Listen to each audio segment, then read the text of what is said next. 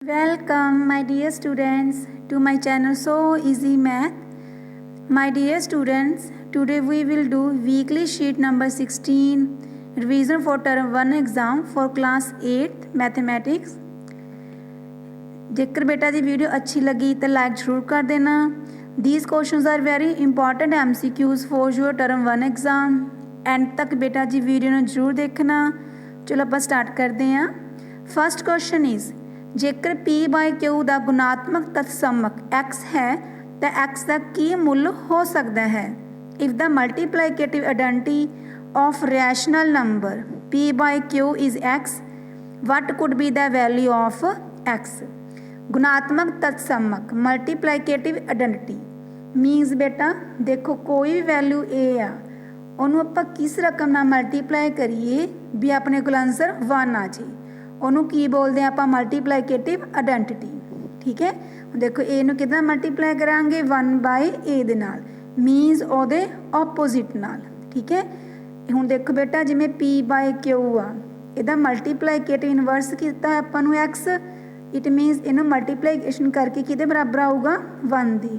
It means x ਕੀ ਹੋ ਗਿਆ p ਬਾਈ q ਦਾ ਉਲਟ means q by p. That is clear जी. So our answer is option B. Next देखो जी इज -0.4 ए रैशनल नंबर की -0.4 एक प्रमेय संख्या है. देखो बेटा प्रमेय संख्या रैशनल नंबर्स किहड़े हुंदे ने जिन्हों आपां P बाय Q फॉर्म च लिख सकते हैं and Q is not equal to 0. Denominator आ बेटा 0 नहीं हो सकता. ठीक है, जिमें देखो -0.4 आ इन्हूं आपां लिख सकते हैं -0.4 is equal to -4 by point हटा देंगे बेटा 10 नीचे आ जाऊगा 2 दे टेबल ते ये कैंसल आउट हो गया. कितना आ गया -2/5. इनू P बाय Q फॉर्म च आपां लिखता तो Q देखो बेटा not equal to 0 means denominator हो अपना 0 नहीं हैगा. इट मीनस ये रैशनल नंबर प्रमेय संख्या तो है. ਹੁਣ ਆਪਾਂ ਆਪਸ਼ਨਸ ਪੜ੍ਹਦੇ ਹਾਂ. No because it not written in the form of P by Q. It is wrong option बेटा जी. Yes because it can be written in the form of P by Q. हाँ ठीक है बेटा ਇਹਨੂੰ ਆਪਾਂ P बाय Q फॉर्म 'ਚ लिख सकते हैं जिस करके ਇਹ ਕੀ ਹੈ ਇੱਕ रैशनल नंबर प्रमेय संख्या. It is right option. Next check करते हैं बेटा. Yes because it is negative number. No बेटा जिवें -√2 आ it is not a rational number पर. ठीक है, नैक्सट देखो बेटा जे नैगेटिव नंबर होंगे ने रैशनल नंबर जरूरी नहीं हैगा होणगे. Next no because it is a decimal number. ये भी कोई जरूरी नहीं बेटा. सो अपना ऑप्शन क्या होगी बेटा जी B option. That is clear. Yes because it can be written in the form of P by Q क्योंकि इनू आपां P बाय Q फॉर्म दे विच लिख सकते हैं. नैक्सट देखो बेटा जी अपने को है 5/7 प्लस देखो ब्रैकेट लिखा हुआ है फिर 5/14 इंटू 6/21. देखो बेटा ये रकम पहला कैंसल आउट हो जाएगी. देखो 2 द टेबल पे 2 3 ज़ा 6 2 7 ज़ा 14 3 1 ज़ा 3 3 7 ज़ा 21. ठीक है जी. हुण अपने को की बच गया है 5/7 प्लस 5/7 इंटू 1/7. तुसी डिस्ट्रीब्यूटिव ला भी यूज़ कर सकते हो बेटा. नहीं सिंपल सॉल्व कर लो किदा 5/7 प्लस 5 नूं 1 ना किता जी 5 7 नूं 7 ना किता 49. ठीक है जी. हुण देखो 7 ते 49 का एलसीएम कितना आऊगा अपने को एलसीएम ऑफ 7 एंड 49 कितना बनूगा जी 49. ठीक है जी. हुण देखो आप डिनोमीनेटर में बेटा जी डिनोमीनेटर डिवाइड करांगे 49 नूं 7 नाल डिवाइड किया 7 7 नूं 5 नाल मल्टीप्लाई किया 35. ठीक है जी. प्लस 49 नूं 49 डिवाइड किया 1 1 नूं 5 नाल किया जी 5. 35 प्लस 5 कितना बन गया अपने को 40/49. ठीक है जी. ये फर्स्ट आंसर है तुहाडा. एक तुहानूं मैथड होर भी करवाउणी आ तुसीं उद्दां भी कर सकते हो. देखो किद्दां लाइक दिस देखो 2 टेबल ते कट गए 2 3 6 2 7 ज़ा 14, 3 1 ज़ा 3, 3 7 ज़ा 21। अपने को वैल्यू बच गई 5/7 प्लस 5/7 इंटू 1/7। ठीक है जी। ਹੁਣ देखो दोनों के विचों 5/7 आप कॉमन कढ़ सकते हैं। 5/7 कढ़िया कॉमन जी, इत्थे कितना आ गया 1 प्लस ये नाल की बचिया जी 1/7। इन्हू बाय 1 कर लो, बटरफ्लाई मैथड। 7 1 ना किता 7, फिर 7 1 ना मल्टीप्लाई किया जी 1, 1 1 7, 1 1 ना किया जी 1, 7 प्लस 1 8, 8 नू 5 ना मल्टीप्लाई किया बेटा जी 40। ठीक है, 7 7 ना किया 49। In both methods our answer is 40/49। देखो बेटा किहड़ी ऑप्शनस आउंदियां ये, it's option D, that is clear जी। नैक्सट देखो हेर लिखिया विचों किहड़ी संख्या दे इकाई दे स्थान ते 4 होणगी, which of the following will have 4 at the units place. बेटा इकाई दे स्थान ते देखना, कल यूनिट प्लेस नू 2 टाइम्स मल्टीप्लाई करके देख लो। क्यों? क्योंकि उपर की है बेटा जी सब दे स्क्योर।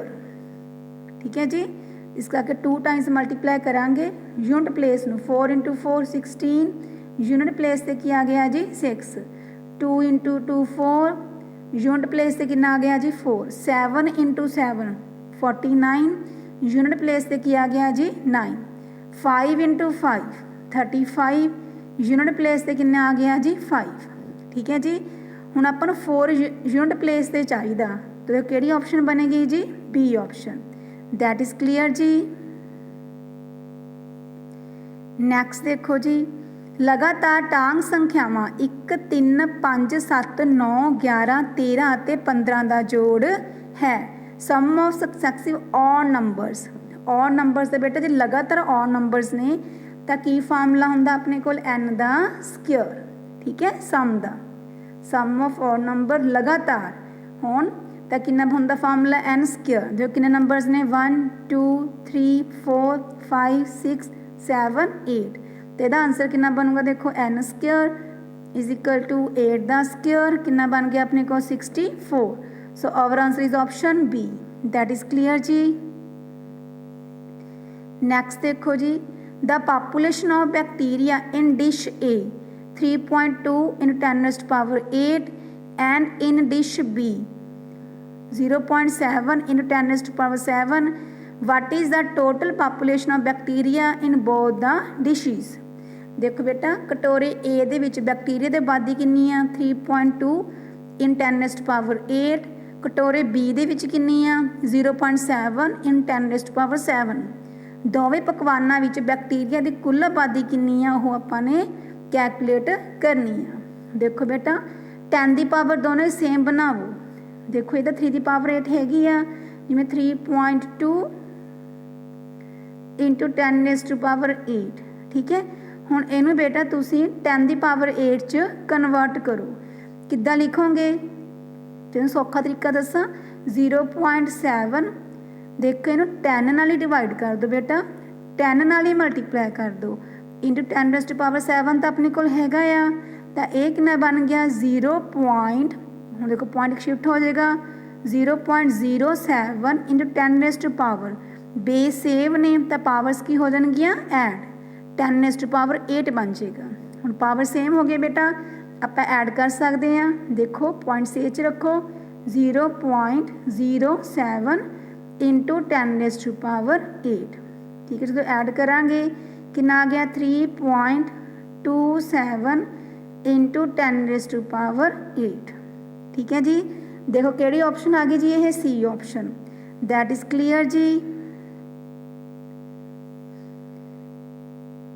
नैक्सट देखो बेटा जी,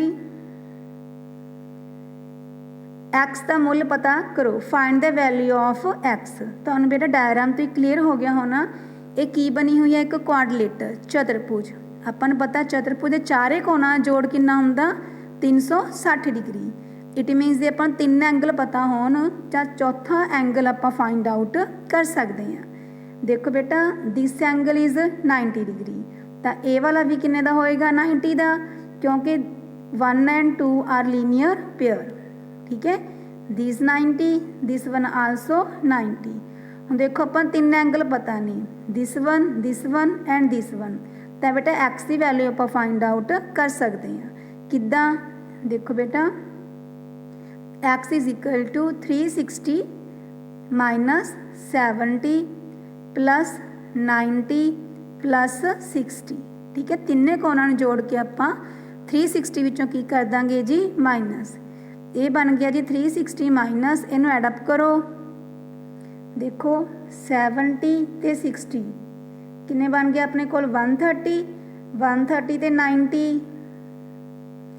220 ठीक है जी 220 माइनस कर दो किन्ना बन गया बेटा अपने कोल 140 ठीक है तो एक्स की वैल्यू कितनी आ गई बेटा जी 140 it's option B that is clear जी। नैक्सट देखो जी ए बी सी डी एक समांतर चतुर्भुज है देखो बेटा नाल दी नाल मैं ड्रा कर दी हाँ ए बी सी डी की है एक पैरेललोग्राम समांतर चतुर्भुज आ जी ए बी सी डी तो जिहड़ा एंगल ए आ ठीक है ए कितना आता है आपां नूं एक्स प्लस 2y ते एंगल बी दी वैल्यू किन्ने बेटा जी 110 ते एंगल सी दी किन्नी अपने को 70 ते एंगल डी दी वैल्यू किन्नी अपने को 5x प्लस 2y ठीक है अपने फाइंड आउट की करना जी x ते y दा मुल देखो बेटा चलो आप सॉल्व करते हैं अपन पता पैरेललोग्राम दे विच समांतर चतुर्भुज दे विच ऑपोजिट एंगल की हुंदे ने इक्वल सन्मुख कोण की हुंदे ने बेटा जी equal it minus angle A किहदे बराबर होगा एंगल सी दे जी ते जिहड़ा एंगल बी आ वो किहदे बराबर होगा बेटा जी एंगल डी दे ठीक है जी। चलो हुण आपां लिखते हैं angle A is equal to angle C A कितना जी अपने कोल एक्स प्लस 2y ते एंगल सी कितना जी अपने कोल 70 फर्स्ट इक्वेशन अपनी ये बन गई second angle B is equal to angle D ठीक है देखो एंगल डी कितना जी अपने कोल 5x प्लस 2y ते एंगल बेटा B is equal to D B कितना अपने कोल 110 इन इक्वेशन सैकेंड मान लो चलो मैं नाल लिख दी हाँ ये बन गई 5x plus 2y is equal to 110 ठीक है ये अपनी सैकेंड इक्वेशन आ ठीक है बेटा जी हुण सबट्रैक्ट कर दो माइनस माइनस माइनस घटा के ये दोनों कैंसल आउट हो गए -5 प्लस 1 किन्ने बन गए माइनस दे 4x इज इक्वल टू 110 दे विचों 70 गए किन्ने बन गए जी अपने कोल 40 माइनस दे ठीक है जी माइनस माइनस कैंसल आउट हो गई तो x की वैल्यू किन्नी बन गई जी अपने कोल 40/4 किन्ना बन गया जी अपने कोल 10 वैल्यू ऑफ x किन्नी आ गई जी अपने कोल 10 ठीक है जी हुण तुसीं इहनूं 1 दे विच पुट कर दो ये बन गया 10 plus 2y is equal to 70 2y किन्ने बन गए बेटा जी 10 पाले पास जाके माइनस दे हो जाएंगे 70 माइनस 10 किन्ने बन गया अपने को 60 इट मीनस y की वैल्यू किन्नी आ गई अपने को 60/2 किन्नी आ गई अपने को बेटा जी 30 ठीक है वैल्यू ऑफ x किन्नी आ गई 10 तो वैल्यू ऑफ y किन्नी आ गई अपने को 30 देखो केड़ी ऑप्शन आ जी ये value of x 10 value of y 30 it's option B that is clear ji.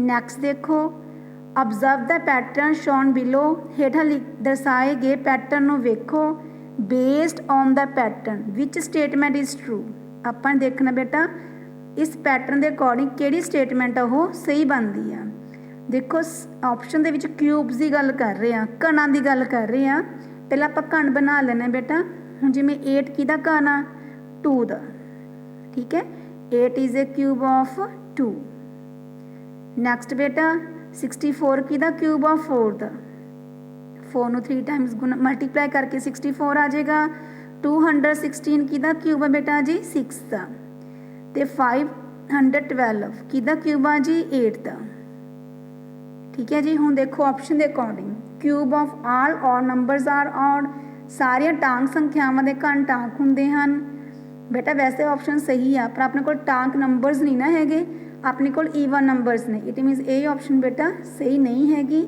Cube of all even numbers are even ਸਾਰੀਆਂ ਜਿਸਤ ਸੰਖਿਆਵਾਂ ਦੇ ਘਣ ਨੇ ਉਹ ਜਿਸਤ ਹੁੰਦੇ ਹਨ। ਠੀਕ ਹੈ ਬੇਟਾ, ਜਿਸਤ ਹੀ ਨੰਬਰ ਨੇ, ਦੇਖੋ ਉਹਨਾਂ ਦੇ ਘਣ ਵੀ ਆਪਣੇ ਕੋਲ ਕੀ ਆਏ ਨੇ, ਜਿਸਤ, ਈਵਨ। ਇਹ ਟਰੂ ਸਟੇਟਮੈਂਟ ਆ। क्यूब ऑफ ऑल और नंबर्स एंड इन 1 3 5 एंड 7। ठीक है, ਜਿਹੜੇ ਸਾਰੇ ਕਿਊਬ ਨੇ ਉਹਨਾਂ ਜਿਹੜਾ ਸਾਰੇ ਔਰ ਨੰਬਰਸ ਦਾ ਕਿਊਬ ਆ ਉਹ ਹਮੇਸ਼ਾ 1 3 5 ਤੇ 7 ਤੇ ਖਤਮ ਹੁੰਦਾ ਆ। ਇੱਕ ਜ਼ਰੂਰੀ ਹੈ ਬੇਟਾ, ਕੋਈ ਜ਼ਰੂਰੀ ਨਹੀਂ ਬੇਟਾ। ਫੋਰ ਐਗਜ਼ਾਮਪਲ ਜਿਵੇਂ ਦੇਖੋ ਆਪਾਂ ਕਰਕੇ ਦੇਖਦੇ ਹਾਂ, 1 ਦਾ ਕਿਊਬ ਆ ਕਿੰਨਾ ਬਣੇਗਾ 1। ਠੀਕ ਹੈ, 3 ਦਾ ਕਿਊਬ 27, मैं और नंबर ले रही हूँ बेटा जी। 5 का क्यूब 125, 7 का क्यूब 343, 9 का क्यूब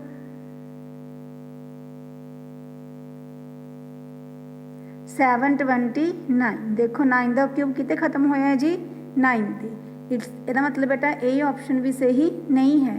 नैक्सट है cube of all even numbers and only with 2 4 6 and 10। ये भी बेटा कोई जरूरी नहीं, क्योंकि 10 की अपने को ईवन नंबर आ।